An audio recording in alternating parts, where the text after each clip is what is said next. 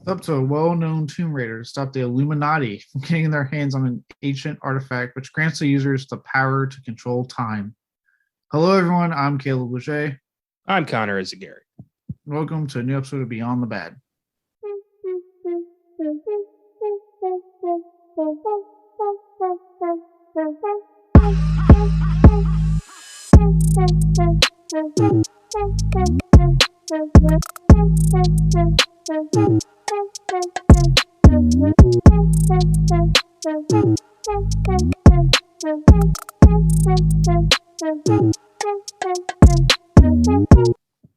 So today we'll be talking about the 2001 video game adaptation, Lara Croft, Tomb Raider, a film which surprisingly is one of the more commercially successful of this extraordinarily troubled subgenre. But thanks to movies like Sonic and to an extent the 2018 Tomb Raider, that might change hopefully one day very soon.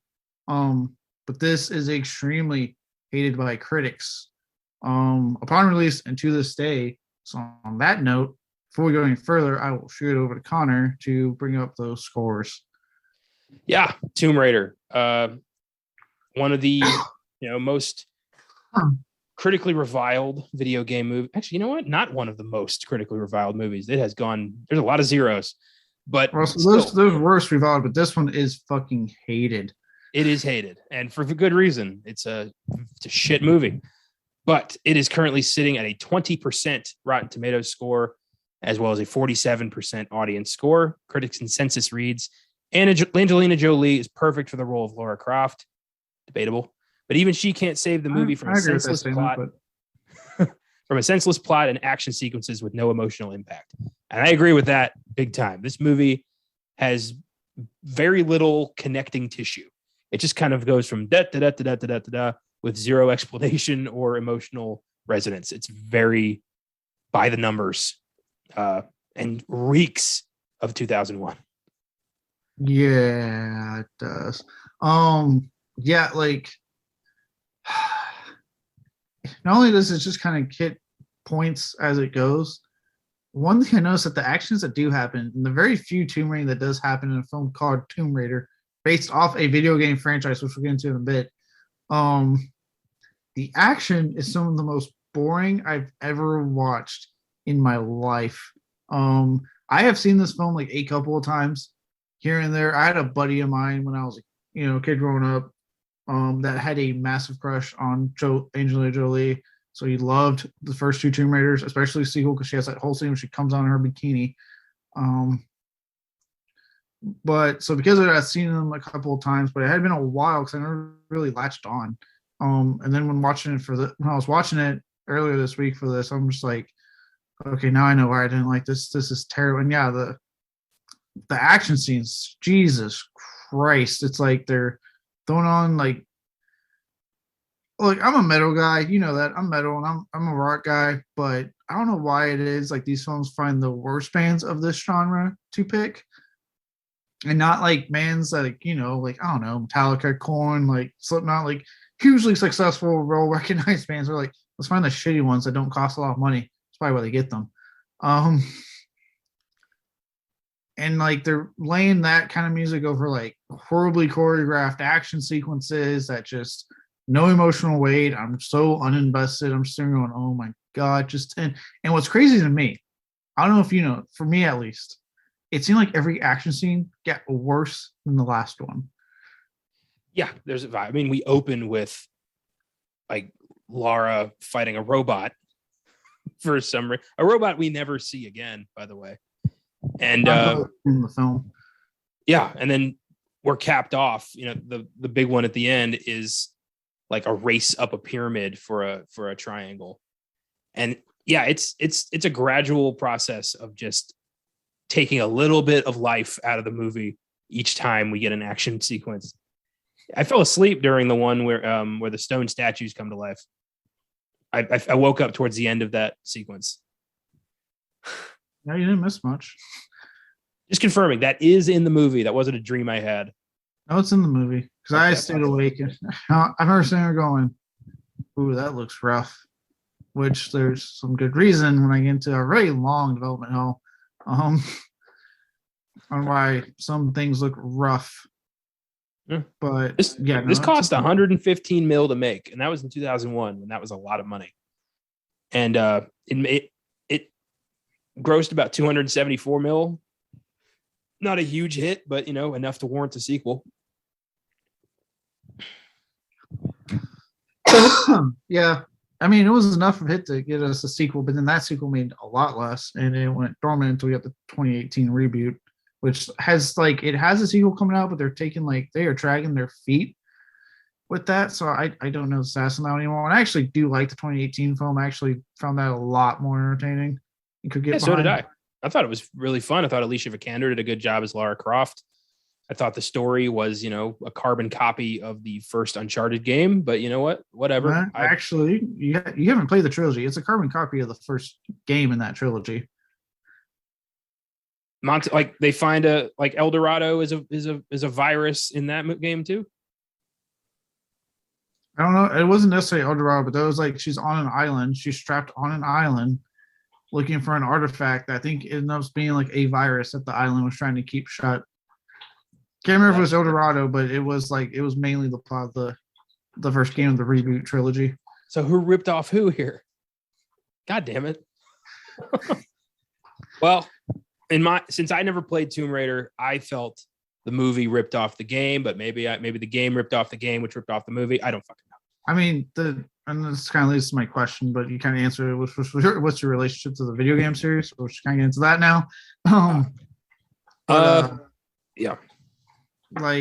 So with the reboot trilogy, a lot of the mechanics they got from Uncharted, but I mean, again, Uncharted, because you gotta remember, it's weird. Tomb Raider was the game back when it first came out, right? It was a huge hit. And then through numerous times trying to reboot it and revamp it, it kind of lost its luster with a lot of hardcore fans. So it kind of died for a bit, and then that's when Uncharted came out, became a huge fucking hit. And then along the way, they were hey, the company was let's find a way to actually reboot Tomb Raider because we're letting this franchise die. We don't know what the fuck we're doing. So they worked on rebooting it, and yeah, they borrowed a lot of mechanics from the Uncharted franchise, but still found a way to make it still be a Tomb Raider game. And then that was a huge hit, and they got the trilogy out of that. And now I don't know what the fuck's going on with the video game franchise anymore. Well, I can't speak for the game mechanics or the plot or anything. My only beef with the Tomb Raider movie from 2018 was that the ending was identical to the ending of the first Uncharted game. And that was all. That was the only beef I had with it. Other than that, I think it's a very fun movie. Yeah. Well, like I said, it's been a minute since I played 2018 game, but it was probably the ending for the video game as well. Because like I said, the video game was not shy about what their influence was to kind of get them back on track with it. I had the first Tomb Raider on PlayStation 1 when I was a kid, and I couldn't figure out how to play it.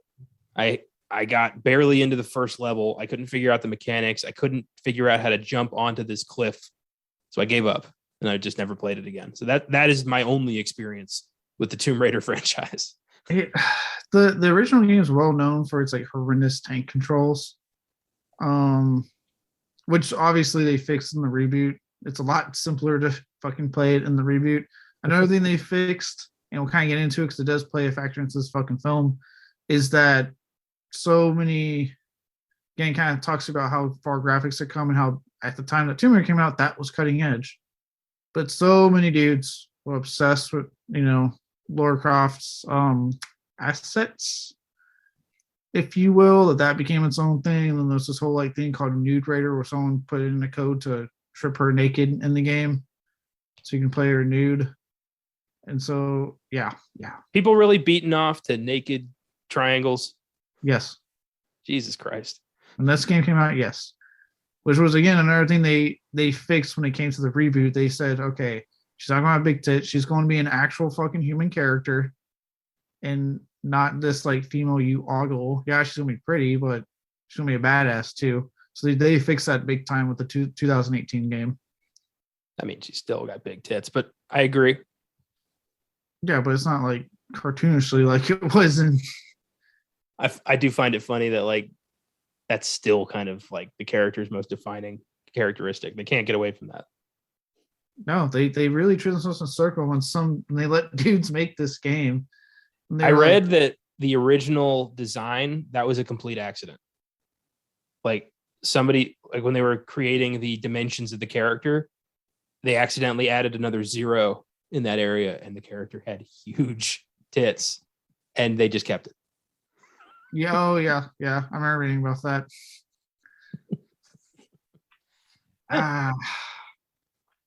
Yeah, well, that's a little bit on the games right there.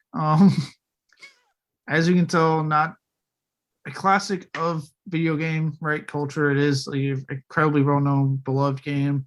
Had a very successful reboot. Hopefully, will continue to be successful down the line. Like I said, I don't know what the current status is. The company that was working on that reboot trilogy turned around and gave us the shit that was Marvel's The Avengers, and we saw how that went. Damn. So yeah. So I don't know what's going on with the video game franchise. Again, technically not the movie franchise because they've confirmed a sequel, but they're taking so long. I'm down for a sequel. I really like I'm like you. I like Alicia Vikander in the role. So, but we'll see. How about we talk about this film here? All right, this is a lot. God, I wrote so much. Okay, starting from the beginning.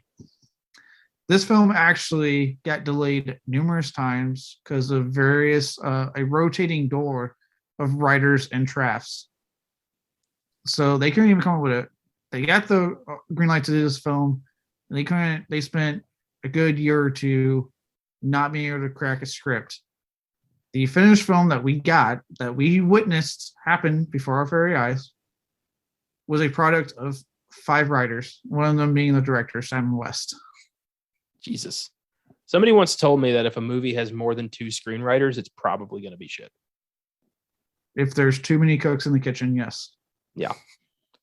There's exceptions. Like some of those Marvel movies have like 5 or 6 people, but they're crafting an intricate piece of an ongoing puzzle. But it's just like one standalone movie like this, you don't need that many people putting together the story. Everyone wants to have their ideas heard. What you end up with is an incoherent pile of shit. Yes, which is what we got here. Now, here's the fun part that we kind of did with Batman. We want to bring it back here. So ultimately, as we all know, right, we got Angelina Jolie in the role. She wasn't actually the first name, though. Some names that were considered. Here we go. I actually wrote down something, so I'm not going to read off the fucking IMDb. Keep in mind, these are, I would say, 90s, early 2000s versions of these actresses. Jennifer Love Hewitt, Famke Janssen, which I'll say I had a big crush on her when I was a kid, so I would have been okay with this. Jennifer Lopez. Mm.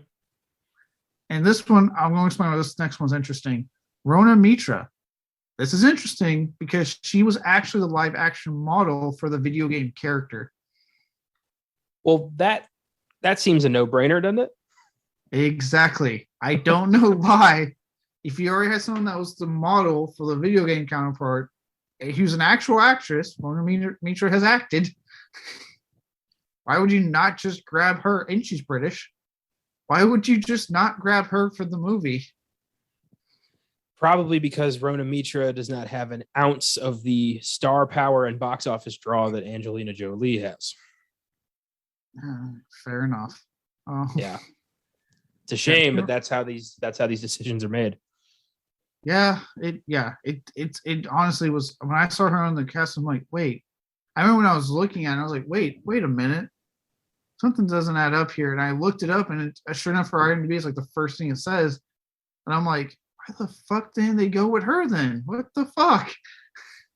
So she was like the only English actress who was even considered for this English character. Yes. What the fuck's the matter with Hollywood, man? Oh, yeah. You want to hear the next 2 names I wrote down? Yeah. Sandra Bullock. I mean, I like Sandra Bullock, but I don't see her as Tomb Raider. I would have been totally okay seeing her in an outfit, but again, I find her attractive. And here's a in her prime, I guess. Denise Richards, and she was actually the favorite to win the role. I'd argue Denise Richards never really had a prime when it comes to her career. Wow, do her dirty like that. I don't think I'm doing her any more dirty than Hollywood did. Or Charlie. I don't. I didn't stab her on Christmas Eve. I think that was her. Might have been one of his other. Anyway, I mean, in terms of this film's caliber, Denise Richards makes sense. But of those names, I think Famke Janssen would have made the most sense, other than Rona Mitra, who is just the obvious choice. Yeah, like my two would have been either Rona Mitra or Famke Janssen. I would have been down for either one of those. I mean, her character in Goldeneye is basically a Russian sex murderous Lara Croft. Yeah. I would have been okay, but either one of those two. Yeah. I wonder how Angie ended up getting this. It didn't say, but what I did find out was that when they did cast her, it was actually controversial. As fanboys, okay, here we go. Here it begins with something that I'm sure you're gonna roll your eyes on because I did mine. They objectified on her. The biggest, there's at least 2 or 3 more reasons I wrote down, but the biggest reason was that she wasn't physically appropriate enough, i.e., she did not have big tits. Oh my God. I remember those same arguments came about when Gal Gadot got the Wonder Woman role. Yeah. And that is such an empty, stupid fucking argument for a character. It's also wrong. I mean, did you see Tomb Raider? She in that department, she pulled it off. So I don't know what the fuck they're talking about. It was a padded bra. Jolie's it was a good padded bra. I mean, if the character's never going to take off her shirt and it's got nothing to do with the movie, does it matter? Well, and I would argue, again, that's not the point of a powerful female character, right? It's just the idea of like dudes hide in the mom's basements. Just going to pull out that fucking stereotype right now. They're like, she doesn't have big enough boobs. She can't play. It's like, you realize it's called acting. If you want big enough boobs, there is plenty of Tomb Raider porn parodies out there to watch to your heart's content. So have at it there, buddy. Like, what was yeah. I'd argue that the character is not particularly well written either. I don't know if I'd go so far as to call her like a strong character. She didn't, to me, get real written until the reboot trilogy when they were trying a lot harder to bring that character back. Yeah, fair enough. Yeah, that's ridiculous. That, of course. You imagine being that guy? Like, I don't know, they're doing some like press junket with Angelina Jolie when Tomb Raider rolls around this, and they're asking questions from a crowd, and this guy rolls up like, yeah, I have a question. How big are your tits? Like, I'm sorry. He's immediately escorted out. Right. Are they double D's? Because that's what we're looking for. That's the right answer. Jesus Christ. Like, if you allow me, I have Jesus. Oh my God. Unreal. But honestly, not surprising. Yeah. Like I said, it's not surprising. We've seen it literally as recently as Wonder Woman. But I mean, I did definitely roll my eyes when I was like, are you fucking serious? That was your complaint? With that said, though, the slightly more reasonable, and I only say slightly, I'm going to stress that slightly more reasonable points, because again, people forget that it's a fucking live action adaptation. But this first one makes sense. And we'll talk about more. Elaborate here. But she's being an American playing a British character. That's a valid one. Yeah, that bugs me big time. The Brits always are, mostly able to do an American accent with their cast as American characters, but it rarely works the other way. No, and look, I'm one of those that personally, like, you hear it a lot nowadays, but we need, what people that are really just all about diversity and representation in Hollywood, which is great. But you hear it all the time, like, well, why couldn't they get a deaf actor? There's a lot of deaf actors working. Like, there's not a lot of deaf actors working. So, like, let's calm down. In the case of some of these, though, like how there's plenty of gay actors working that can just play the gay role. There's also plenty of British actors working that could have gotten this fucking part.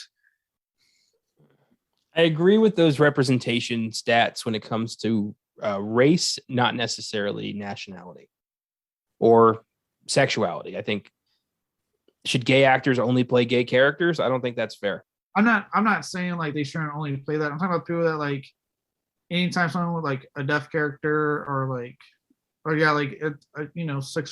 something involving the LGBTQ community, and they're like, why can't they just get an actor that is like that? And I'm like, maybe because there's not a large pool of those actors. I was like, yeah, also, obviously if you can get that actor, yeah, awesome, cool. But if you can't, again, they're actors, like they're playing a role. Yeah, I think ultimately it should go to the actor with the best approach to the character, an actor who's going to be the best fit for that character. And most of the time that involves, casting a Brit as a British person. In this case, it should have been a Brit playing a British person. So in this case, yeah. Yeah. So yeah, but those are issues that are going to be, part of Hollywood going forward forever. I remember when Javier Bardem got a bunch of shit for being the Ricardos, because Desi Arnaz is Cuban and Javier Bardem is Spanish. And they went after him like, you're not Cuban. Like, how do you know? And he's like, at the end of the day, I'm playing a role.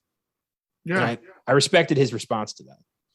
No, yeah. Because like I said, I'm not saying like, don't say this is like me being like, oh, I am all about diversity and representation in films. Like, I'm all about it. But realize like they are getting the best people for that role sometimes. And guess what? There's not a lot of, right? There may not have been a lot of fucking Cuban actors working to play the role of Desi. So it's like Javier Bardem was the best choice, and they went with it. And at the end of the day, as long as the person that gets that role is doing their research, like, again, kind of going back to like I think the deaf things of the Quiet Place movies, how all the praise he got for casting an actually deaf actress. Yeah. But like, as long as you get someone that does their research and actually wants to give an authentic performance, that's what should matter. Yeah. You know who gave high praise to Javier's performance? Lucy and Desi's daughter. Yeah, and that's all that matters. Yeah, if she's okay with it, fuck everybody else's opinion.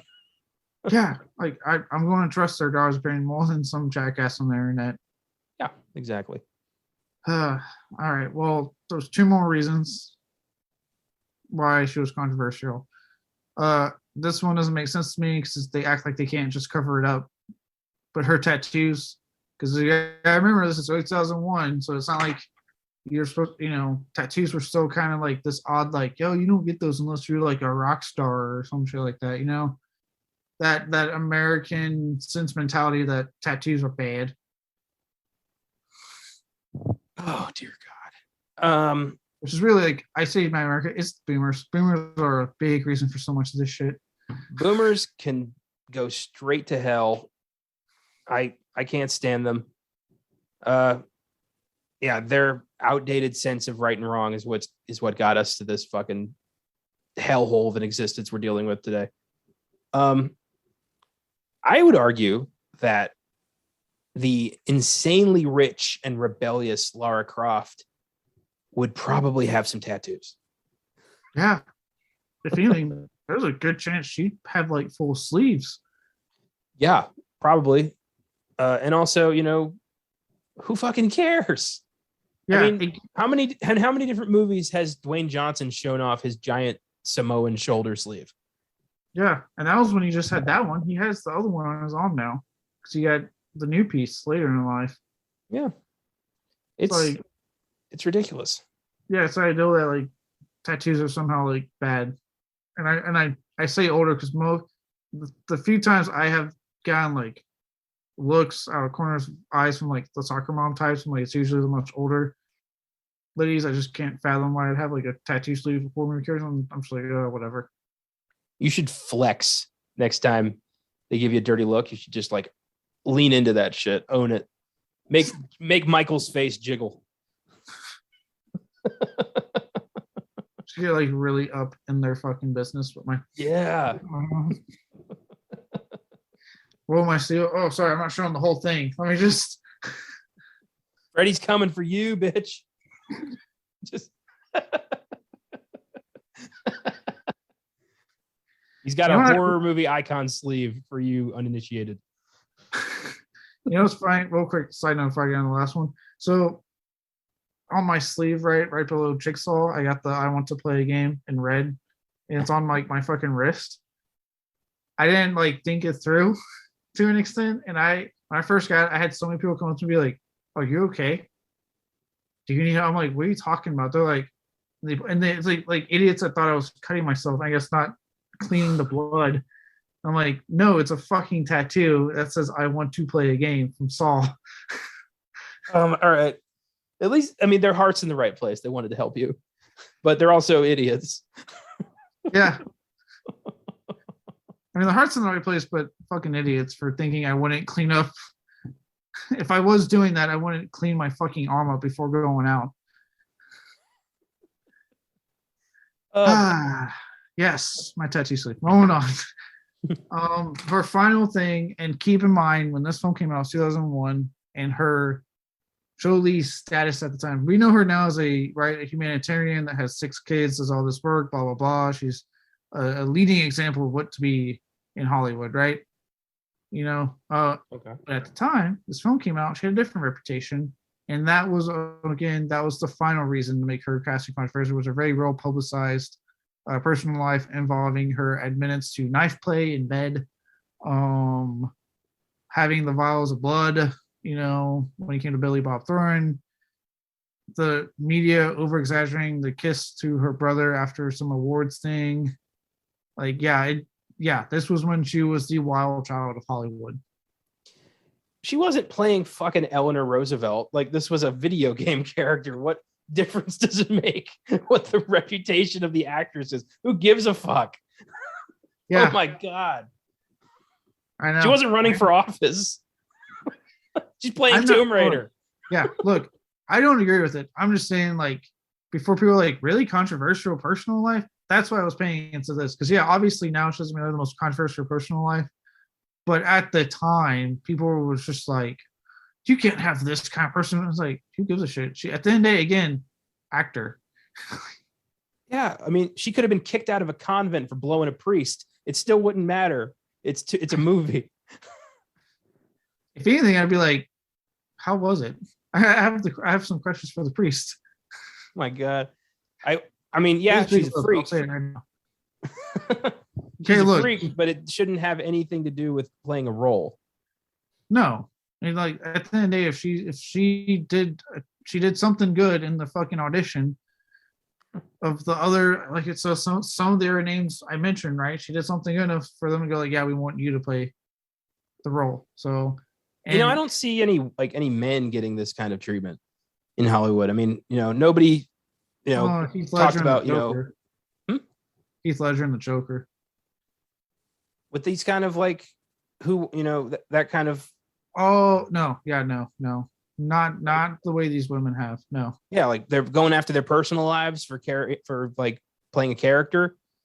Like, you don't see that. Like, Mel Gibson didn't have to deal with that shit. Charlie Sheen doesn't have to deal with that shit. But yeah, it's like, they're I don't get it. I don't get this. It's the constant like mixture of the sexism of Hollywood versus the, to an extent, actually, the sexism of society as a whole, with how they treat, like, society treats men and women so differently. Yeah, it's very evident in Hollywood. It has been since day one, and doesn't seem to be going anywhere. No, the Me Too movement tried really hard, and apparently they only made about 10% progress. I would also like to point out that as of 2001, Angelina Jolie had an Oscar under her belt as an actress. So that should supersede any personal shit. It should, but you know how people are with the celebrities. They care so much about their personal lives. Sometimes more than their fucking work. And I'm just like, it's like for example, right? Like, I've said my piece on like Nolan like how many times. Am I still, if it looks good enough, am I going to go see his new movie? Yes. Because I'm still, because I can't deny that the cast for his upcoming film is fucking stellar. Yeah. And it is about Oppenheimer. That does interest me. Do I have issues with him personally? By God, yes, I do. I've made it known. Am I still interested in his new movie? Yes. Am I still going to watch his old films? Yes. Then and day, their personal life is separate from their fucking work. There's anybody in 2001 who's like, I'm not going to go see that new Tomb Raider movie. Like, the actress has tattoos and she kissed her brother a little too long. Like, are you kidding me? I don't want to know you. Get the fuck out of here. You're a whack job. It's kind of like with like those people that like pick certain actors they won't watch some films because they cheated, but then they'll watch this other actor's films, but that actor also cheated. I'm like, okay, you have a double standard going on here. Do people do that? I have some family members I grew up with that like want to watch films from certain actors because they cheated, and I'm like, dude, unless they cheated on me, I don't give a fuck. I don't care. Isn't that how? Why would I care? Yeah. Oh God. Look, Arnold Schwarzenegger, I still love his fucking movies. His old films. Am I gonna not watch Terminator 2 because he fucked the maid? Like, no, I don't care. Not my life. I've never met the man, probably never will. I'm certainly not gonna know him socially. I don't care.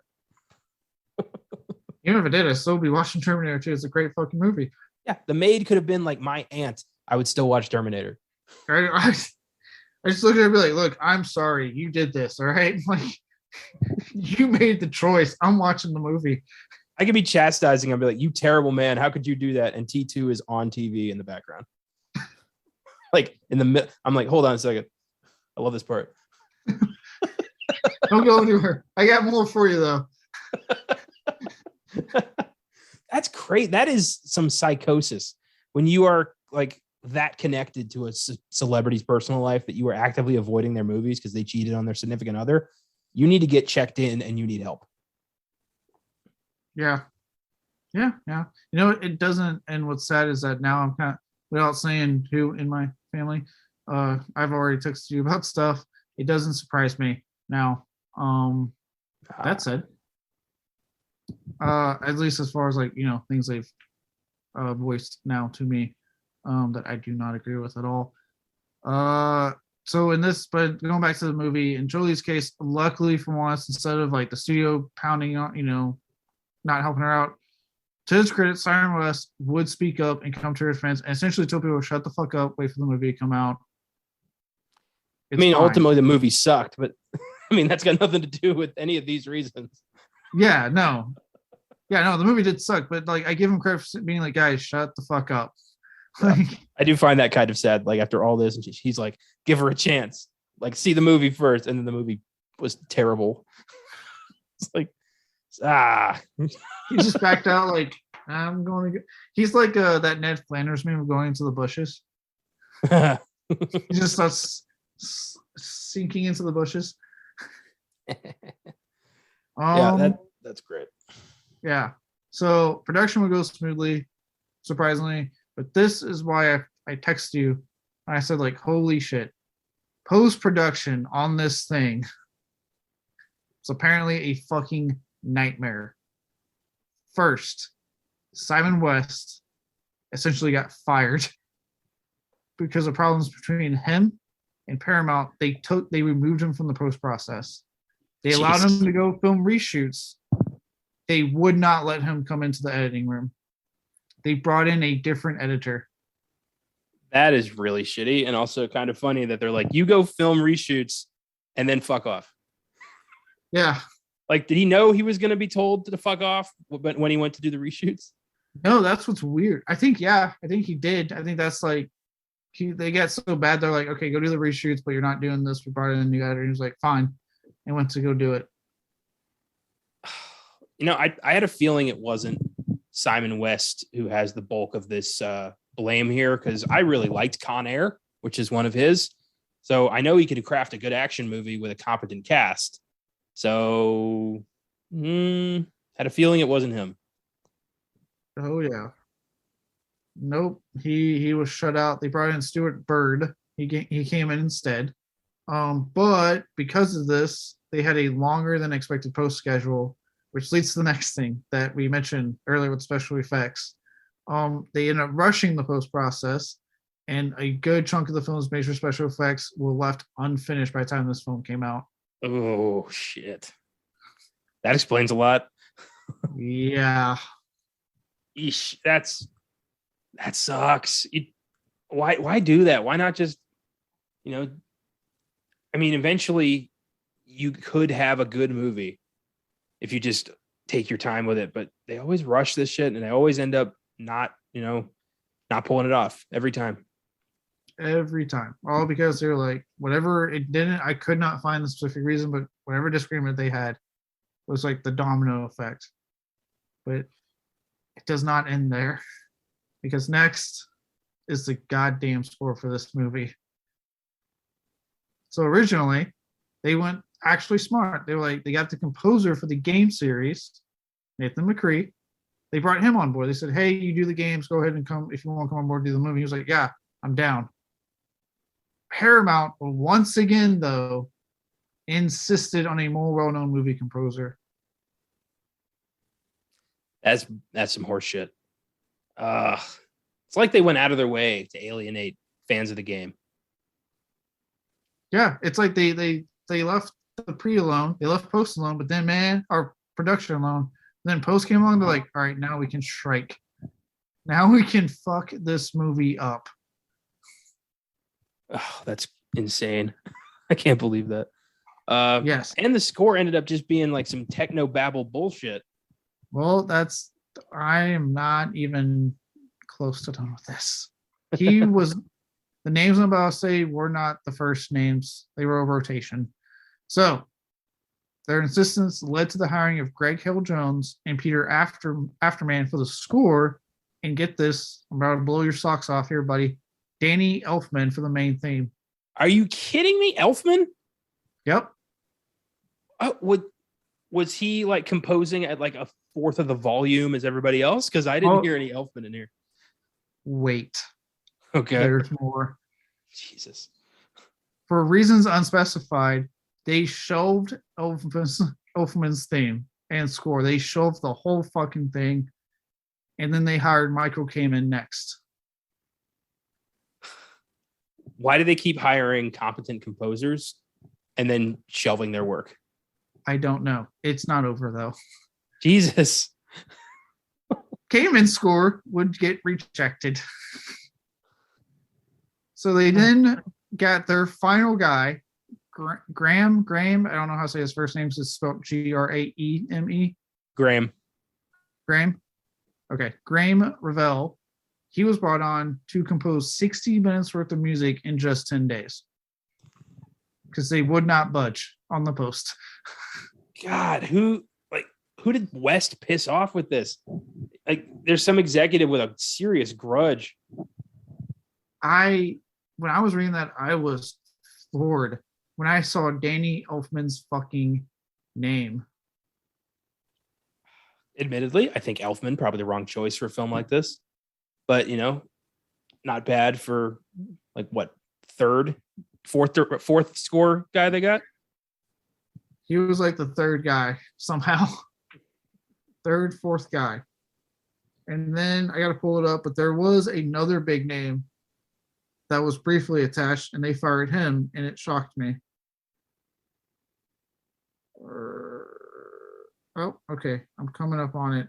Jerry Goldsmith was attached at one point. I think he died. Yeah. Oh, yeah. He said he couldn't do it to problems with his health at the time. So he was he died. Well, maybe the stress of having to, be the sixth rejected composer on Tomb Raider got to his heart. Maybe it's just like how I've heard some insane things, especially thanks to this show, with production, but to go through this many composers and to get someone like Danny Elfman be like, yeah, we're going to shelve your thing, and and get someone else. And when you get to the last guy, they're like, hey, so you need 60 minutes of music and you have 10 days to get done. Good luck. Ultimately, I find it hilarious that the ultimate final music in this movie is horrendous. I mean, when you have 10 days, yeah, that's not enough time to really perfect what you need for the film. I feel like the dude just whipped out one of those keyboards that has like built-in like tunes and then just like pressed 2 or 3 of those, got a techno beat and threw it into the movie. I would love if he did that while staring at like the producers with the most pissed off look on his face. He's got the beat. He's like snapping in time, like staring at the guy.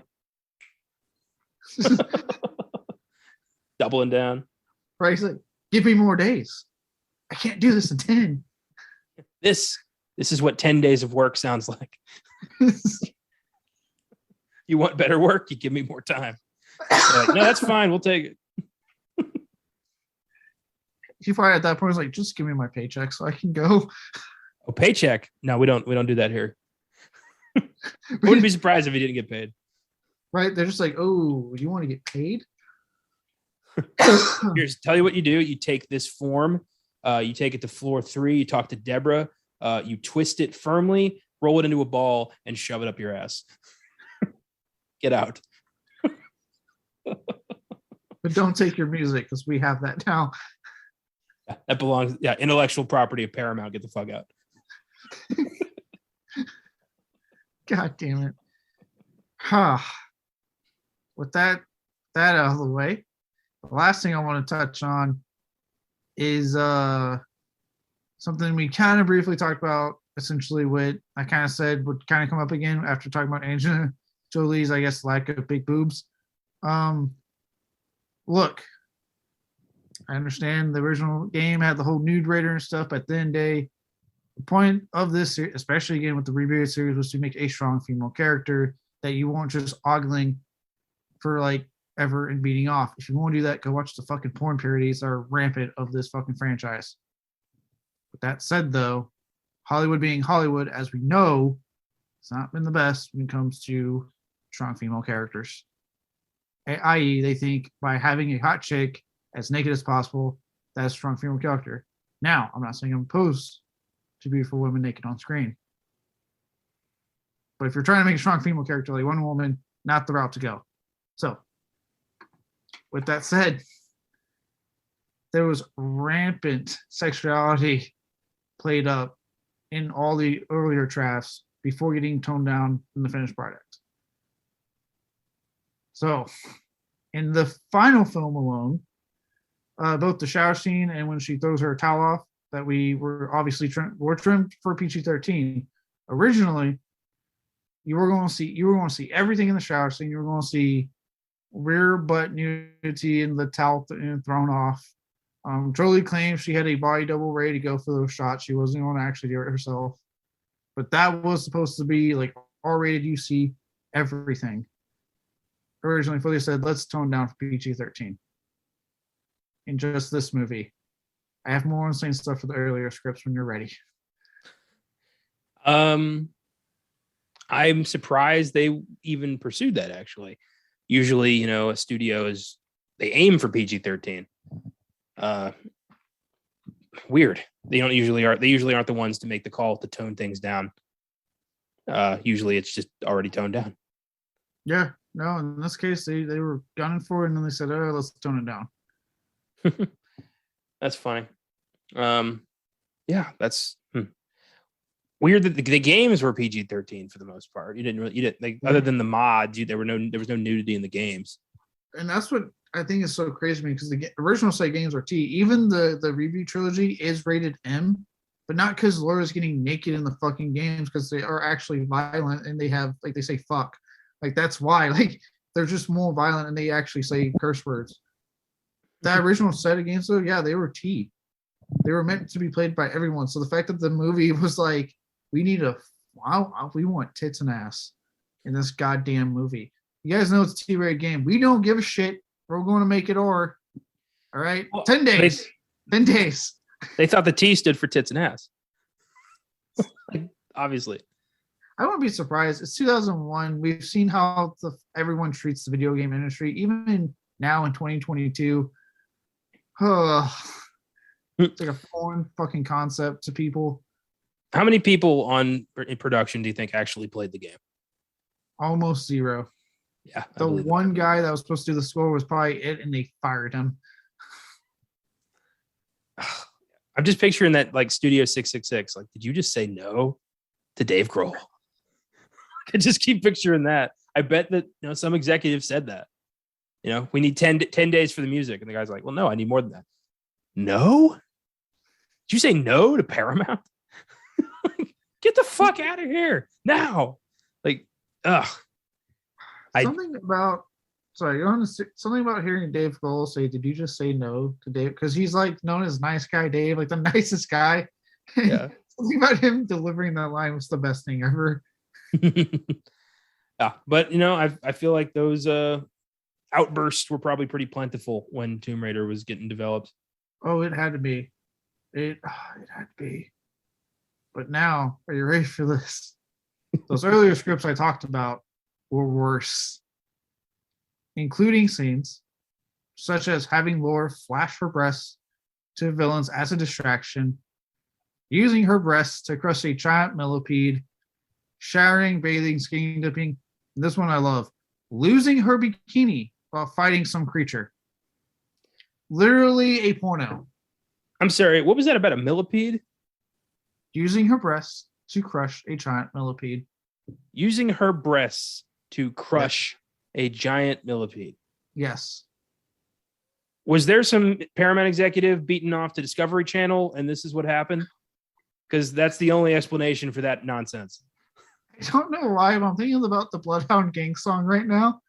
Baby ain't. I don't know why it popped up as soon as you said Discovery Channel. Yep, I got you. That's great. He's listening to that song, beating off to Discovery Channel. In time, to the beat. Like he's got his rhythm down and everything. That's fucking crazy. God. She was just using her tits as a weapon the whole time. Yes. What the fuck? Something that she doesn't do in the game because, again, they're rated T. See, I've never played Tomb Raider, but you don't have to tell me that has never happened in the games. Yeah. Again, I was like, were they trying to make a porno? Because this all sounds like something I see in the porn parody. I wonder if when they were developing, flashing her tits at the villain, and then she gets rode by like two of them.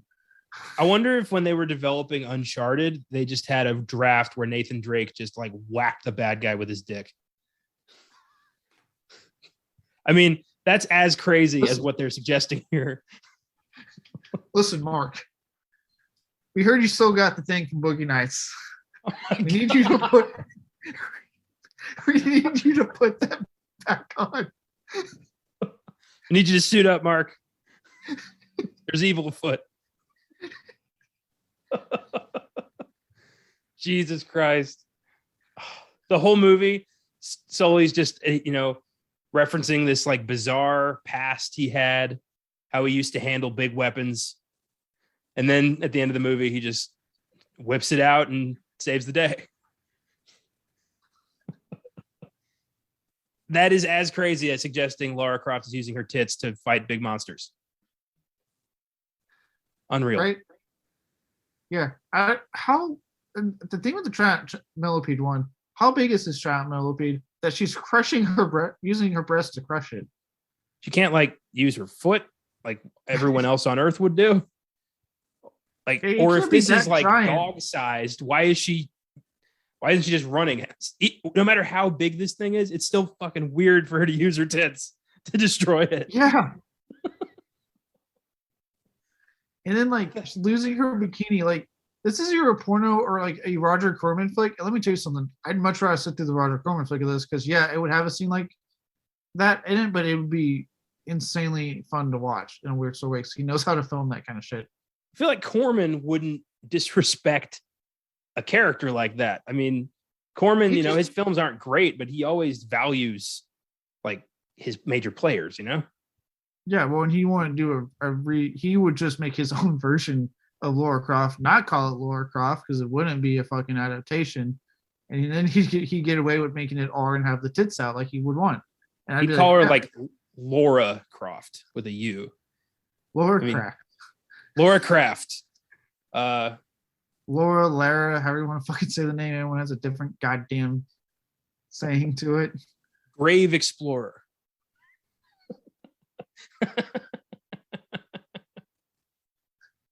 Yeah, that's unreal. I can't get over that. Laura, like somebody with money and power pitched, why doesn't she crush a giant millipede with her tits? And people had to listen to that.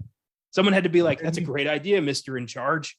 I was about to say, yeah, someone sat, but this is the thing, someone agreed with it. Someone sat there going, that's a fucking fantastic idea. Why didn't I think of that? So those ass kisses were like brilliant to everything the guy at the head of the table says.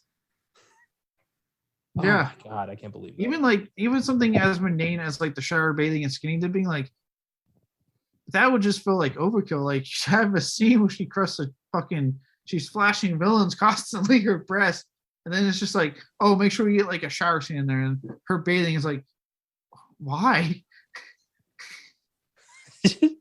If you want that much tits and ass, just make a porno. I don't know why you have to glob that into the Tomb Raider movie. Yeah, I don't. It's like I've never read a thing where I'm like, were they trying to make a porn and just hopefully get it out to theaters? Oh my God, it's like they were making a porn and they just trimmed out all the sex, and this is what we were left with. Yeah, like someone at some point, someone in the like one of the head honchos finally beat off. I went, oh my God, what have I been saying yes to in the script? What the fuck? This whole thing is just post-nut clarity. That's all it is.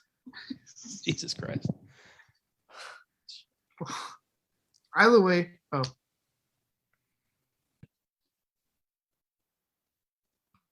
right. Well, it was post-nut clarity of what all this shit, as we see in the finish film, was toned down a lot, almost to nothing. Weirdly enough, Jolie has since expressed that she doesn't think Laura was sexy enough in the finished film. I mean, that shower scene where she's like weirdly like eye fucking the wall is pretty sexy, in an odd way. So I don't know, like, what more does she want?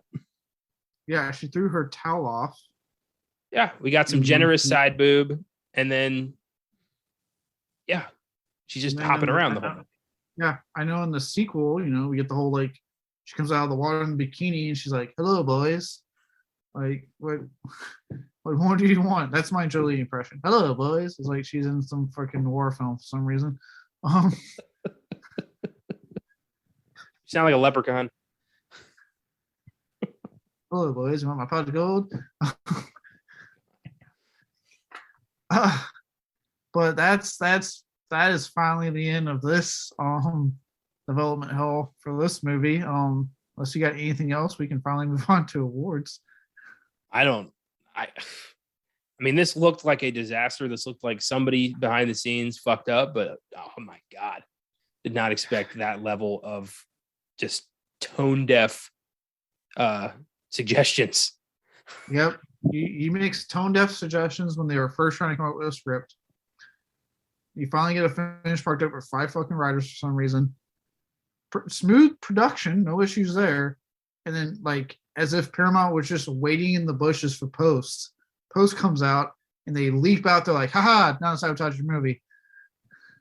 I'm picturing like the premiere of Tomb Raider, and the film's almost over, and there's one Paramount exec who's just seething. He's never been more pissed off in his life. And he stands up and demands to know, where the fuck is the millipede scene?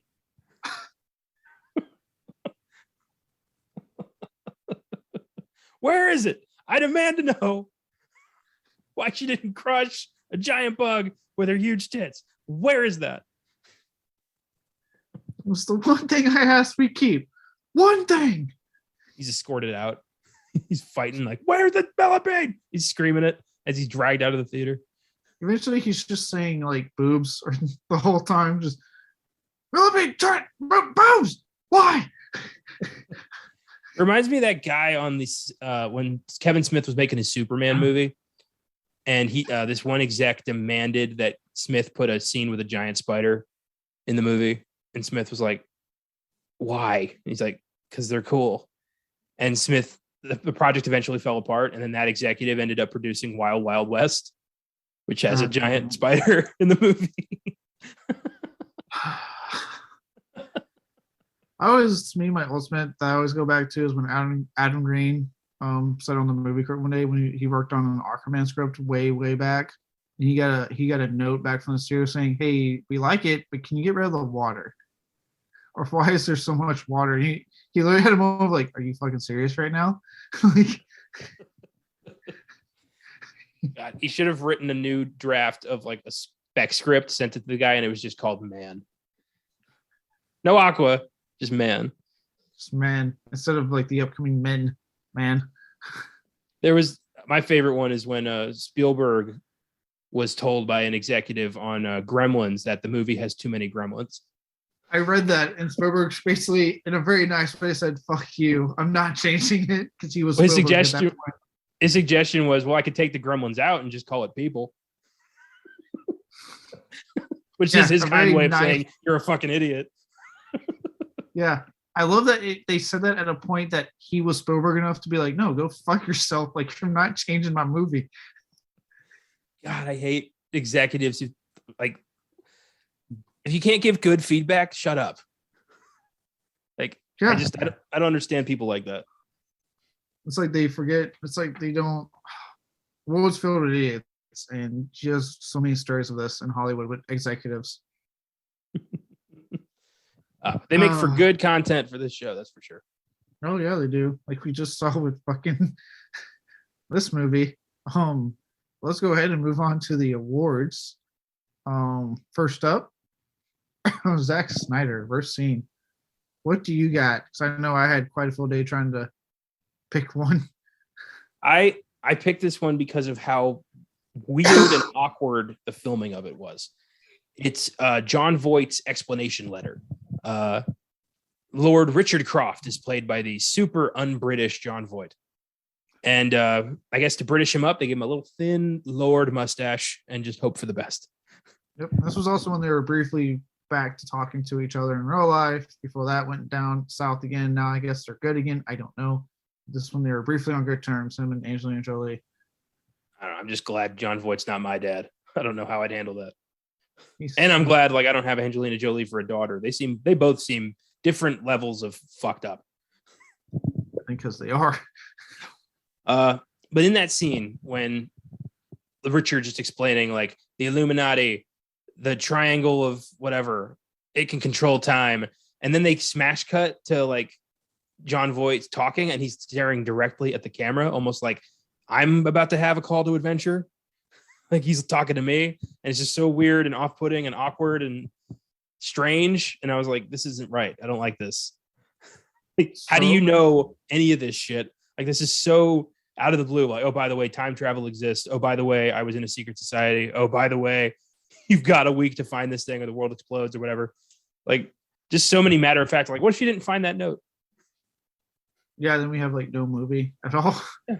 Just Jon Voight staring at the camera being like, you must find it. So many of like Jon Voight's scenes are terribly filmed. Actually, all of his scenes are terribly filmed. I don't think he went to set once. I'm pretty sure they just got him in a room somewhere, put a fake ass mustache on him, told him to be British, and filmed what they could get. Yeah, like this scene when they revealed him getting shot and killed looked terrible. I remember watching it going, this looks like shit. Again, as we learned, they did not put out a film with finished fucking special effects. So no. Makes it look like Jon Voight's character was murdered inside a 90s screensaver. It's terrible. It's bad. But yeah, that was mine. It's Jon Voight looking directly into the camera. It was such an odd choice and just leaves me thinking like, dude, stop staring at me. You stop moving around and you're like, stop staring at me, dude. It becomes like the Ring for a horrendous second. He just starts coming out of the TV, talk to you.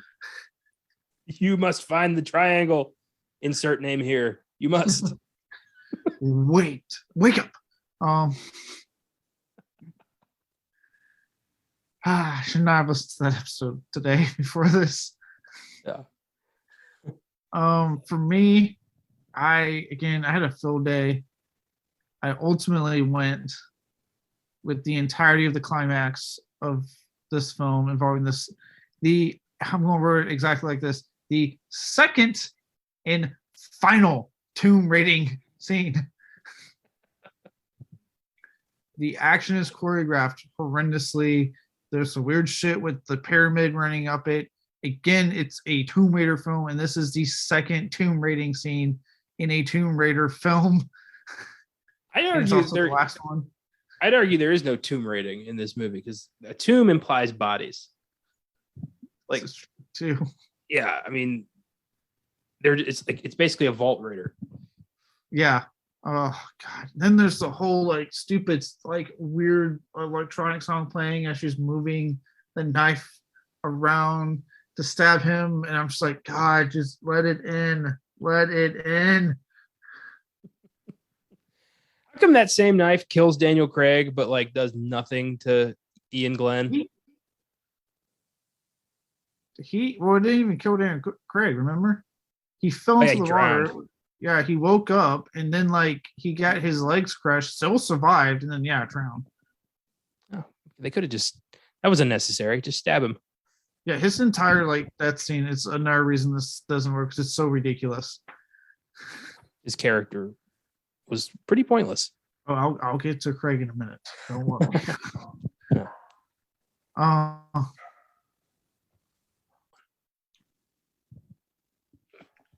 All right, now for the next award, the Ed Wood, the worst line. Or lines. I have two lines. The first one is a combination of Manfred Powell and I think his name was Alex, Daniel Craig's character. Oh yeah. They're working together for some reason, and they're about to go into the tomb to get the first triangle half. Powell says, "Into the belly of the beast," and Alex replies with, "And out of the demon's ass." So weird. You can tell the ass was forced as hell by Craig, who is probably used to saying arse. So he put like an ass, like he put some stank on it. Yeah, his horrendous fucking accent. Yeah. It was just so unnecessary. And then my second line just bothered me. It's at the end of the movie when they find that like crack in time, and Lara just matter-of-factly states, "It's a time storm. Time is broken here." Lady, how the fuck do you know that? This is not a common occurrence. You are not an astrophysicist. How the hell would you know, even begin to know what this is? Well, it's annoying because again, if you play the games right, there's all that lead up when you find these things out as you're going along in the game. So when you get to that moment, you're like, this is what it is. Because you've had all the context of hours of playing that this film, because they're trying to do so much and they had so many cooks' hands in the kitchen or cooks in the kitchen, whatever, there's no explanation for how she just knows this shit. She just knows it. Well, I feel like since time travel is not a widely accepted scientific idea in this universe, no one on Earth is qualified to understand exactly what that is just by looking at it. Yeah, no. Yeah, that just bugged me. Yeah, those are good. Those are good. I also have two. Mine made me go, really? I guess we had an issue with this particular particle of the Earth at this time period. Is when they're talking about Egypt, and Laura expresses how she doesn't like it, and then the butler's response is, "I know, gets everywhere, even in the cracks." In reference to sand, and our thing was like, do we really have like a sand issue that this had to get brought up so much? Oh, who'd have thought George Lucas grabbing inspiration from the Tomb Raider movie? Was there a sand epidemic in the early 2000s? Everyone's like just getting it in the cracks of their assholes. Like, what's going on here? When you people go to the beach, do you just drop trowel, spread them, and sit down? Like, is that what you do? Is this the only explanation for how you're just getting sand all the way up in there? There's this image of someone just going to the beach, happy as can be, and rightfully sit. They just fucking pull their pants off and plop. Better yet, they plop on some kid's sandcastle. It's the new beach bully. Yeah. Jesus. 'Cause I go to the beach, sometimes. I don't recall ever getting sand in the nooks and crannies, so I don't know what y'all are doing. Yeah, I've been to the beach plenty of times as a kid. I never got sand up there. I do not understand how, like, as soon as I heard the sound, I was like, it took me a minute. I was like, are we serious right now? You really bringing sand back into this? Oh my God. Yeah. I remember thinking, like, that's weird that this is not the only early 2000s action film that would talk about sand like this. So strange. The second one bugs me because you're hinting that I've seen more than just this film, and I fucking haven't. And that's when they team up with the bad guys to really go to that final team, and her weird guy that lives in the fucking trailer park outside her damn house comes over to her and goes, "Time to save the universe again, isn't it?" And I'm watching it like, well, okay, jackass, this is your first film I'm watching. So what? I was like, you've made no hints in this film that this is like your 20th time doing this. As far as I'm concerned, it's your first time getting into this like level of crazy. So what do you mean time to do this again? Like you've done it 1,000 times. Also, a little arrogant.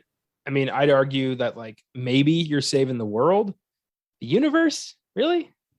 Yeah, maybe save this line for like the second or third film when I've gotten invested in these characters, and I'm like, yeah, it is time to do it again. You fucking get out there and you save that goddamn universe. But your first movie, I'm just looking at you like, huh? Who do you think you are, Indiana Jones? You're not saving shit. Like, what did he do besides build unnecessary robots? And live in a fucking trailer outside the mansion that he could easily live in. What is he like? What is their relationship? How did they encounter each other? It's like, I don't know. I don't think he was in the game. I think he was literally invented for the movie, and it makes no sense. Jesus. Weird. Yeah, good lines. Yep. Good-ish lines, depending on how you play good in this sentence. Our next one, Steven Seagal, worst performance. There were some contenders here. This was hard. I mean, Jon Voight, Academy Award winner Jon Voight, what were you doing here? Academy Award winner Angelina. Why? I can't stand Americanized British accents. You know what I can't stand even more is a British actor I know can do better trying their least, and that is Daniel Craig. Do we have the same person? If you pick Daniel Craig, then we do. I picked Daniel Craig, yes. What the fuck, Dan? Like, I've seen this guy deliver hell, like in incredible performances. I mean, a year later, he's the bad guy in Road to Perdition, and he is fantastic. Oh, he's great in Road to Perdition. So what happened here, man? He's great in Road to Perdition. He's probably one of the best James Bonds we have, for many of the best. Yeah, for a lot Logan of Lucky, Knives Out. Like, he's good. And yeah, in both Logan Lucky and Knives Out, he does an accent, and it's not bad. It is not a bad accent in either movie. No, I feel like he's too early in his career to not give a shit, but he doesn't.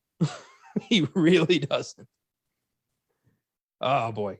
There's so many times where like his accent is breaking and you can actually hear his actual voice, or the pitch changes and he sounds different in one scene as an American than he does in the next. It's so, and then when he does get it, it sounds so weird and stilted hearing him talk. I'm like, the whole movie, I'm like, dude, why didn't you just like use your voice? And his character is completely pointless. You could take him out of this movie and nothing changes. He adds nothing to the film. Absolutely nothing. He has like that one random scene where he's clearly like naked walking around. I'm like, what is the point of this scene? Which is funny because we had those scenes in X, but I thought they were hilarious because of what Ty West was going for. In this movie, I just went, why are you naked? Put clothes on. Who opens the door naked, you jackass? That's the maid. Put some clothes on. I'd argue that the maid opening the door to a naked Daniel Craig, probably not going to panic like that. Probably going to be like, oh, can I help you, sir? Are you assuming that Daniel Craig is a well-endowed member of society? I'm saying that what I have seen of Daniel Craig is quite handsome. I don't think anybody would argue with me on that. Yeah, no, I know a lot of women that went pretty gaga over the scene when he comes out of the water in Casino Royale and just that Speedo, essentially. Yeah. I mean, I'm sure Bond's balls are all mangled up because of what Lashif did to him. But Daniel Craig's probably, he's probably rocking some decent equipment, I would bet. He's keeping Rachel Race happy. Yeah, which is probably a full-time job. By the way, he's always so cranky. He just wants to act and do his stuff, but the press keeps bugging him thanks to the James Bond rules. He has to go home and deal with her. He's like, God, just fucking kill me. I just want to act and go home. You ever see The Heartbreak Kid, where like Ben Stiller marries somebody and then on their honeymoon finds out she's a fucking monster? No. I feel like that happened to Daniel Craig.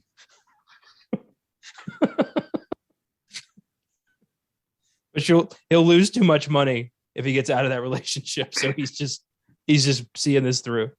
Which I don't know how. He was James Bond, for Christ's sakes. Like, California, man, is a divide down the middle kind of state when it comes to divorces.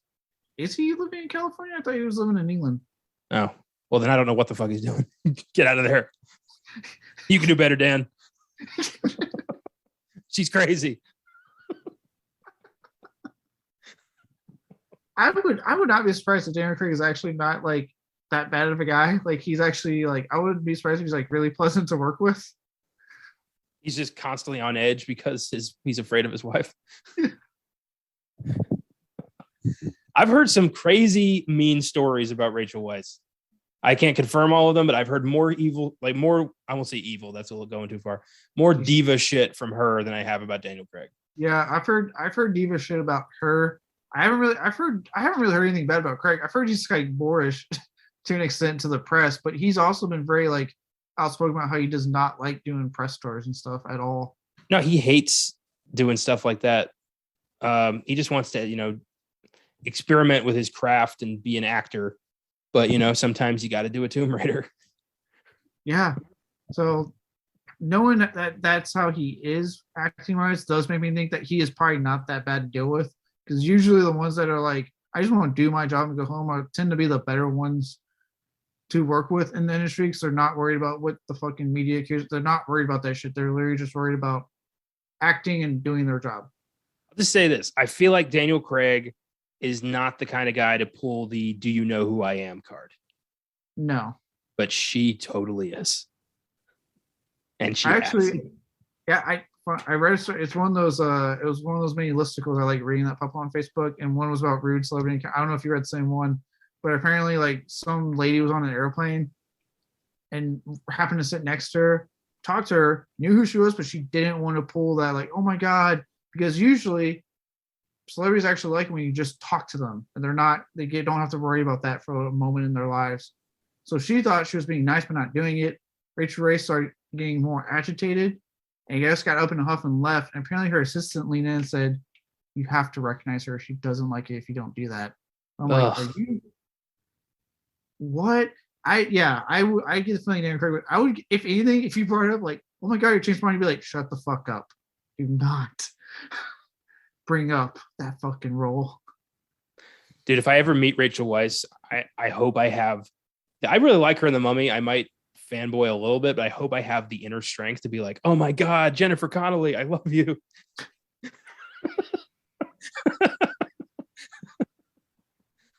Just to see how fucking pissed she gets. Oh, she get mad. I would laugh if you do, and Daniel Craig's there, and he's just like, he starts laughing. I get him in trouble. I fuck up his day. But deep down, he's like, "Oh, it's fine. I'll be fine." My God. Yeah. No, I get the feeling from Craig, you could probably fanboy. You would probably have to be careful with James Bond because of how open he's been about wanting to have getting out of the role Well, I numerous think times. he wants to get out of the, like, he's done with the role, but I don't think he doesn't hate it. I think he just I think he hated the press and all that stuff that came with it. I think he hates the generally attention. liked, yeah, I think he likes playing the character because he did kind of go back after that whole like cutting my wrist comment, and he did kind of go back to that. I remember on an interview, he like, "Hey, look, I was doing like I think he was like literally going from like movie to movie at that time. Like he was really overworked and he was doing like the press tours. He's like, I was doing a lot. I was tired. Like, did not mean it like that. I let my emotions get like he did kind of track back and explain that whole situation. And two is, I mean, there was that whole video. If it was sincere, where he did thank like the cast and crew on the last film, for their work and like what they did for what all that stuff. So if he was sincere, I think he did like playing the character. You just see how the attention got on his nerves. Yeah, like I liked, I understand some celebrities want to not be recognized as celebrities and just be treated like regular schmoes by people. Like on the set of Sin City 2, my uncle was an extra, and Mickey Rourke was sitting at the bar in full Marv makeup, and my uncle just went up to him and started talking about football. And Rourke was like, "Yeah, I love this team. That like, are they doing great this year?" And they had a football conversation. And not once did my uncle talk about fucking The Wrestler, Iron Man 2, or anything. He was just like, "How about that game?" And Mickey Rourke was perfectly pleasant. So yeah, I just love that he got to talk to fucking Marv about football. It is actually pretty cool. Yeah. Yeah. Sometimes they just want, and I'm sure like they get it. People go on a fanboy and it's fine, but sometimes they want to talk about stuff. When I went to Crypticon with Josh that one year, we ran through, Richard Brake was there the first year we went. He actually spent more time asking us about our Navy careers and military stuff than his own movies. I mean, eventually we got to it, like we circled back and started talking about like, his work with Rob Zombie films and how, I'll wait till you guys see when 3 from Hell comes out and stuff like that. But like at first it was all about like, oh, how long do you guys deploy? He goes, oh my God, I could not imagine. He's like, I got 2 teenage boys. I could not do that. Like, and, like it was like you can, because at the end they're human. They have, like I think I've said it on the past couple of like they're human beings. They have like lives like we do. Yeah. What we see is their job technically. Like that's what they do for a living. Yeah. Some of them have tattoos. So, some of them, have vials of blood of their significant others. I can't quite understand that one. That one's kind of weird, but you do you. Some of them kiss their brothers for extended periods of time. Can't quite understand that one either. Kind of weird, but you do you. But all right, all I've got is tattoos.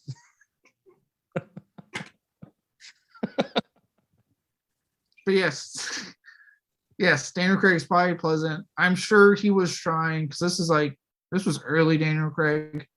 But yeah, the American accent he went on just did not work. His more specific style he goes for in something like Knives Out and Logan Lucky, way better. Yeah. I feel like if I ever encountered Daniel Craig, I feel like the most I'd be able to do is like a nod of respect of like, I recognize you, and then he'd probably be like give me a nod back and that'd be enough. Yeah. I feel like I wouldn't want to intrude on his day. No, because then he's probably in his head going, okay, when I get home, I got to do this to make her happy so she doesn't freak out. Oh man, I can't imagine being married to a diva. I mean, maybe that's all bullshit. Maybe she is just really nice and they made that up for internet points. But I don't know. I don't get that vibe. I don't get that vibe either. And I always tell people this, like a lot of times if you don't see them in a lot of shit, it usually tells you that they're hard to work with, they're kind of diva, and they're not always getting stuff because people don't want to work with them. And if you see them in a good amount of stuff, usually it means that they're pretty pleasant to work with. People like working with them. There's exceptions, like obviously we're still seeing Tom Cruise, but that because he's using Scientology as a way to keep on kicking. But yeah, it's usually the case. At least I've noticed. With that, let's go ahead and go to our next award, the Michael Bay, which the worst filmmaking decision. I cannot wait to hear yours because this was definitely a fun one to come up with because I was figuring out my own list here. But go ahead. after hearing everything you said about the score, it makes sense that mine would be the incredibly dated late 90s techno beat soundtrack. Yeah.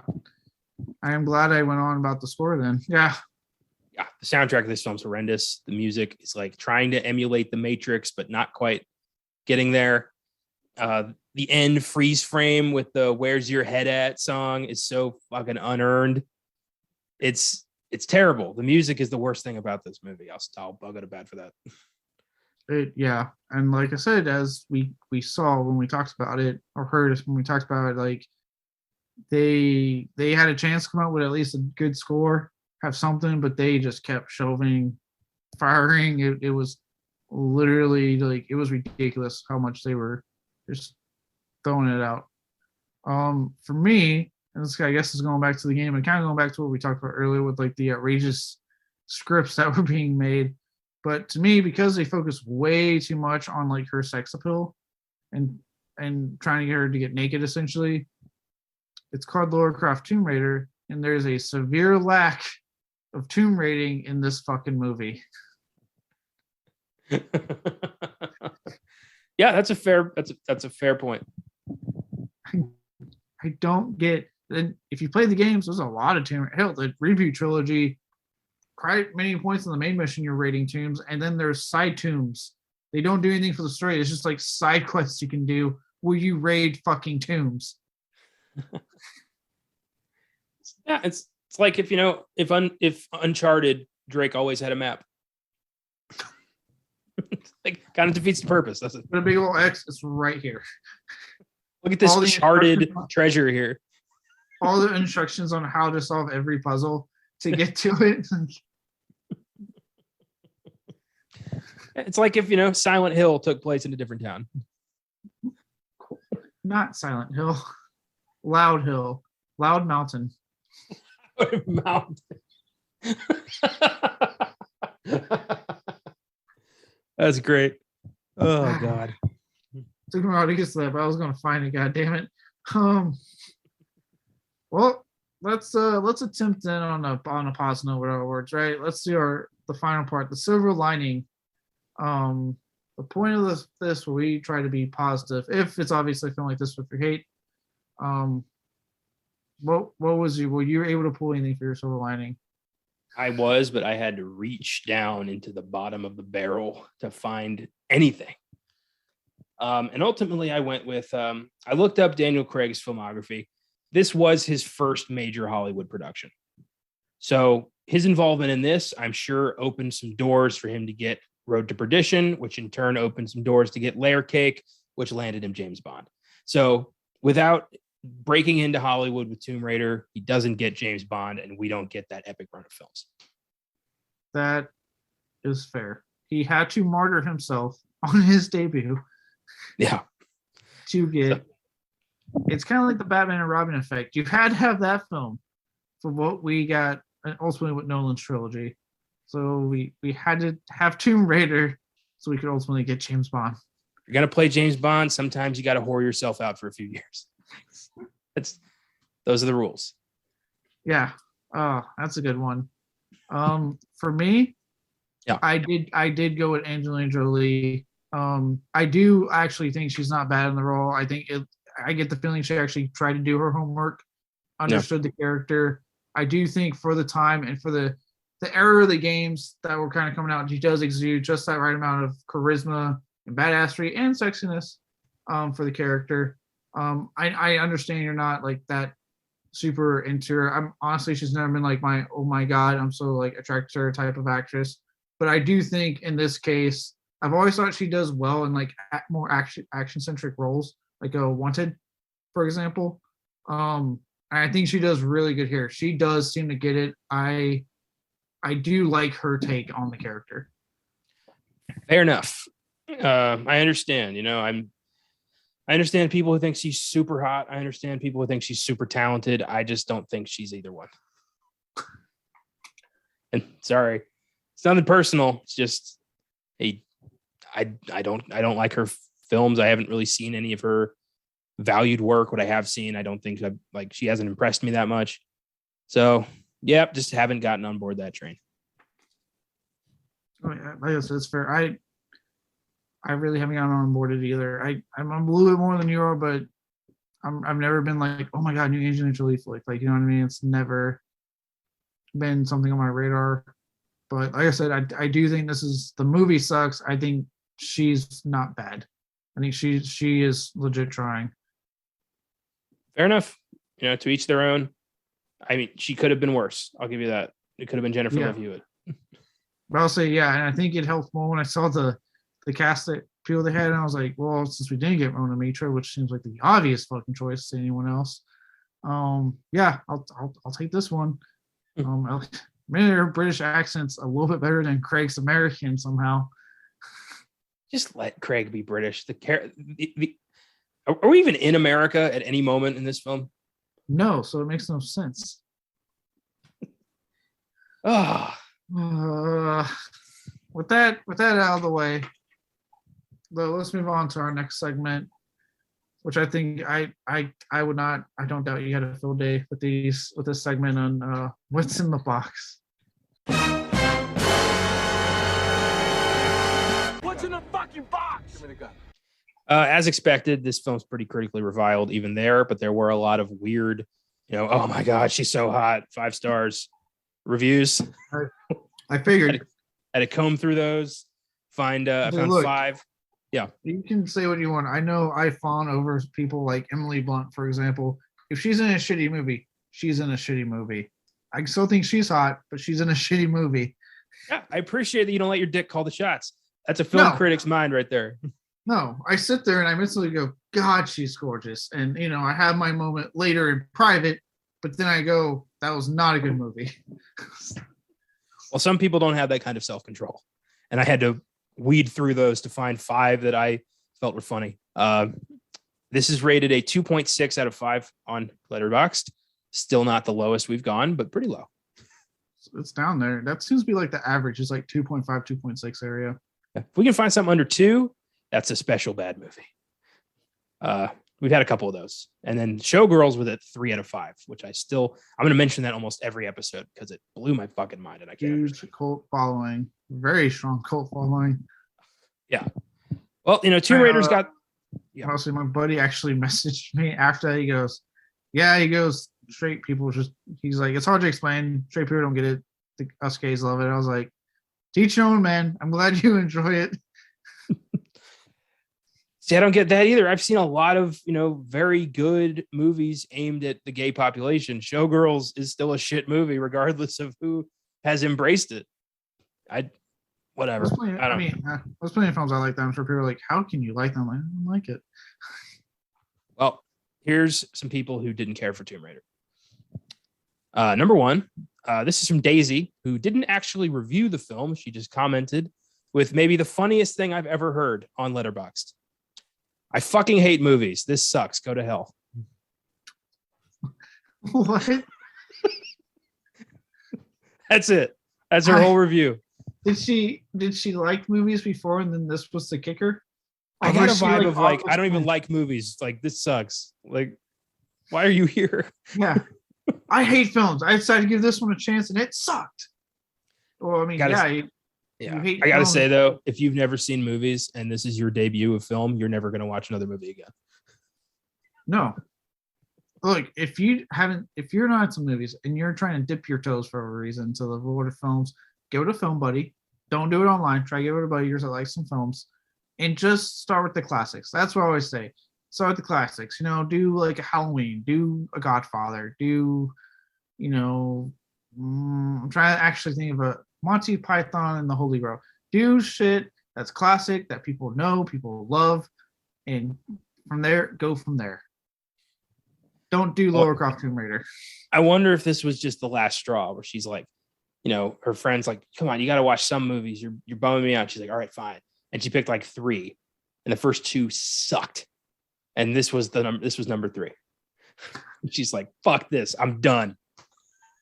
How do you people like this stuff? Is this every movie? Is this all the movies? Oh boy. Okay. Number 2 is from Foggy. Lara Croft fights. Nice name. Yeah. Like Foggy. I like it. I like some of these names. Lara Croft fights a giant robot about a minute in. If that sounds okay with you, please throw yourself into an acid pit. 1 star. Wow. If you like this, kill yourself. Fuck you. 1 star. Jesus. Who hurt you, Foggy? God. Look, I disagree with people sometimes on like films. We've definitely disagreed. I'd never be like, go fuck yourself. How about you go die? Like, Jesus Christ. People get passionate, man. It's impressive sometimes when people just are like, I hated that so much. I want you to die. If you like that, fuck you. Every which way. Go die. You are the scum of the earth if you like that. Oh my God. This is a good one. This is from Soul Harv. It was on TV. What was I supposed to do? Not watch it? Get the fuck out of here. And gave it a star. I mean, a heart. They loved it. On TV. What am I going to do? Not watch it? Yeah, just walk away from. To quote the Word Warrior, just walk away. just walk away. I love the get the fuck out of here. Like, come on, you're crazy. Usually when people say that, it's applied to something like the Shawshank Redemption, right? Like, it was on TV. It's Shawshank. What the fuck am I supposed to do? Walk away from this riveting piece of entertainment? No, you did it for Tomb Raider. I'm just picturing like you and your buddies are supposed to meet up at a bar or something, and one of them's not there. You call them. It's like, Harv, where are you? It's like, hold on, Tomb Raider's on. Like, what am I supposed to do? Not watch it? It's on TV. It's going to be like 2 hours. Those commercials. I'm not skipping commercials, so I might skip movie. It's TNT. Commercials are usually pretty good. Oh my God. On some level, I get it, but not for this movie. Yeah, again, I would get it if you put out Shawshank or if you put out like the first Saw, which is edited anyway, but still, like, I'd be like, oh, okay, I get it. But like, no, it's Lara Croft Tumor. I have to watch this. I feel like Saw on like TNT would be so boring. It's just the detective scenes. They can't even show anything. You just hear the noises of a foot getting cut off. You don't really see the reaction or anything. It's just like noises. It just like it goes from like Gordon about to do it, cuts immediately to like Jigsaw getting up. Like there's no build up to it. It's just like they had to cut out all of that, and you're just like, what happened? Better yet, all right, let's see them try to do like a Rob Zombie or Eli Roth film on TV, like Devil's fucking Rejects on TV. You'd be still going, oh God, you said fuck again already. It's already been like 5 minutes. Oh, we gotta edit all that. Dude, Cabin Fever would just be general store. I like that girl. Pancakes. End credits. It'd be the weirdest 35-minute movie ever. Thank you for tuning in to Cabin Fever. Now for the Devil's Rejects. Be like, what's the matter? You ever seen a clown before? End credits. Even then, I don't know if you could do it because he says fuck quite a bit in that scene. We got to track this. We got to see if they're playing on cable. I want to see that. I want to see what it's like. It's just instead of you're not scared of fucking clowns, are you? It'd be like, you're not scared of clowns, are you? Like better yet, I love when they do substitute words. Not when it's not when they bleep it out, but when they throw in like substitute words. Like you're not scared of freaking clowns, are you?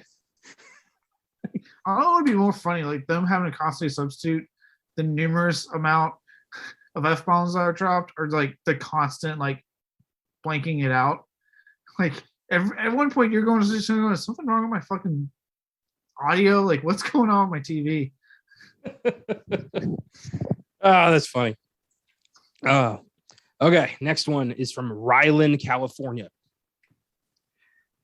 There's a shocking amount of batshit insanity in this wacky, hypersexualized, sort of fun special effects extravaganza, yet somehow the least convincing part is Daniel Craig's American accent.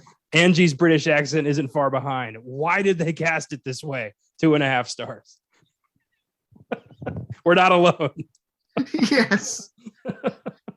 I love, and there's even a line where like Ian Glenn says, "You're the Tomb Raider, you do it," but he says it to Daniel Craig. I'm like, you know what? Why don't we just go on and gender flip this shit and have the British guy just be the goddamn Tomb Raider and use his British accent? Oh my God. Yeah. Alex's last name, Tomb Raider. I don't remember his last name. I think it was maybe West. I don't know. It probably was. Probably Simon was being cheeky. Oh my God. On a last name him West, because my name's West. I'm the director. At least Are you until though? Are post-production. you, Simon? I feel like it's like Bane in The Dark Knight Rises. Do you feel in charge? Like, no. I was born in the shadows, You were, because nobody knows who the fuck you are, Simon. molded by it.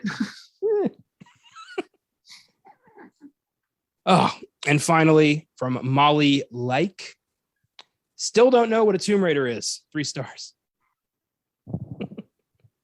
Yeah, this movie does not explain it very well. No, the games don't really explain it, but because you actually raid tombs, you're like, oh. From context clues, I know what a tomb is. I know what raiding is. So, I figured it out. But if you don't know what it is, this movie's not going to tell you. No, because you're watching going, what's so special about being a Tomb Raider? It was literally 2 scenes, maybe in an hour and a 40-minute movie where they go into a tomb of some kind. We see most archaeologists tend to have dual pistols and training robots, and they tend to blow up a lot of artifacts.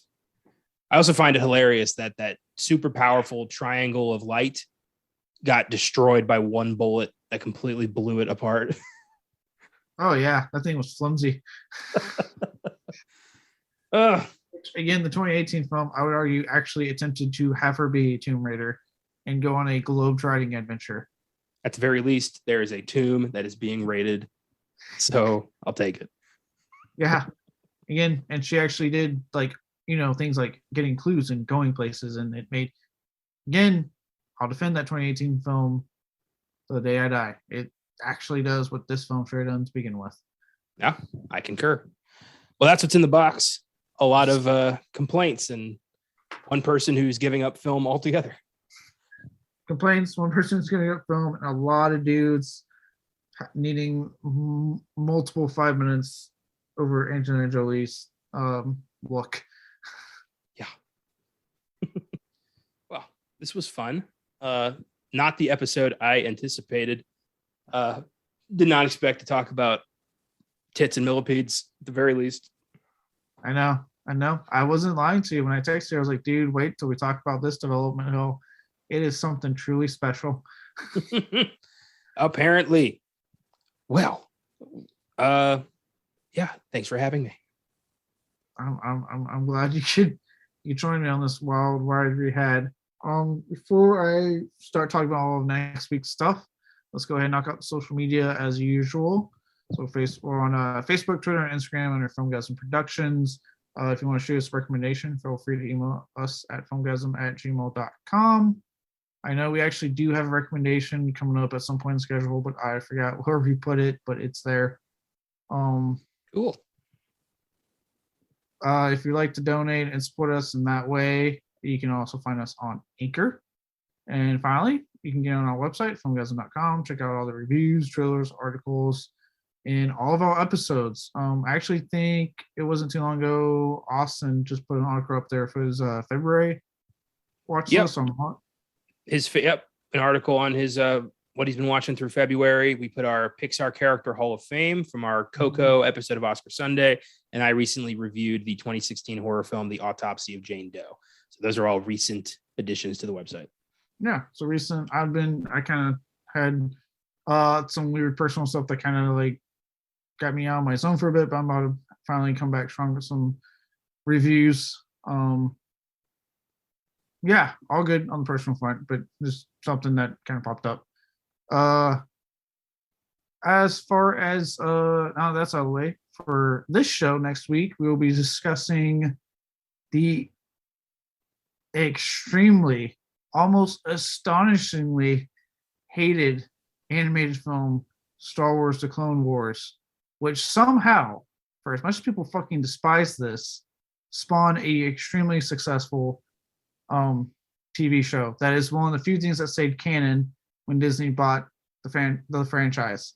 So I'm definitely interested in watching this and seeing how the fuck that went down, because I don't know how this was so hated, but the show, it got a show, and the show got much more love.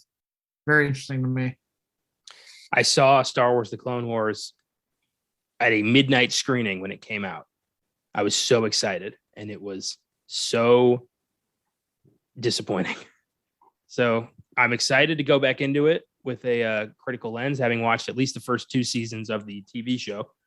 Yeah, this will be interesting. Our first time touching Star Wars on any of our shows. Of course it is. God damn it. As for our other shows on Filmgazm, we will be doing one I am super, super duper excited for. OG Universal Monster himself, 1931's Dracula.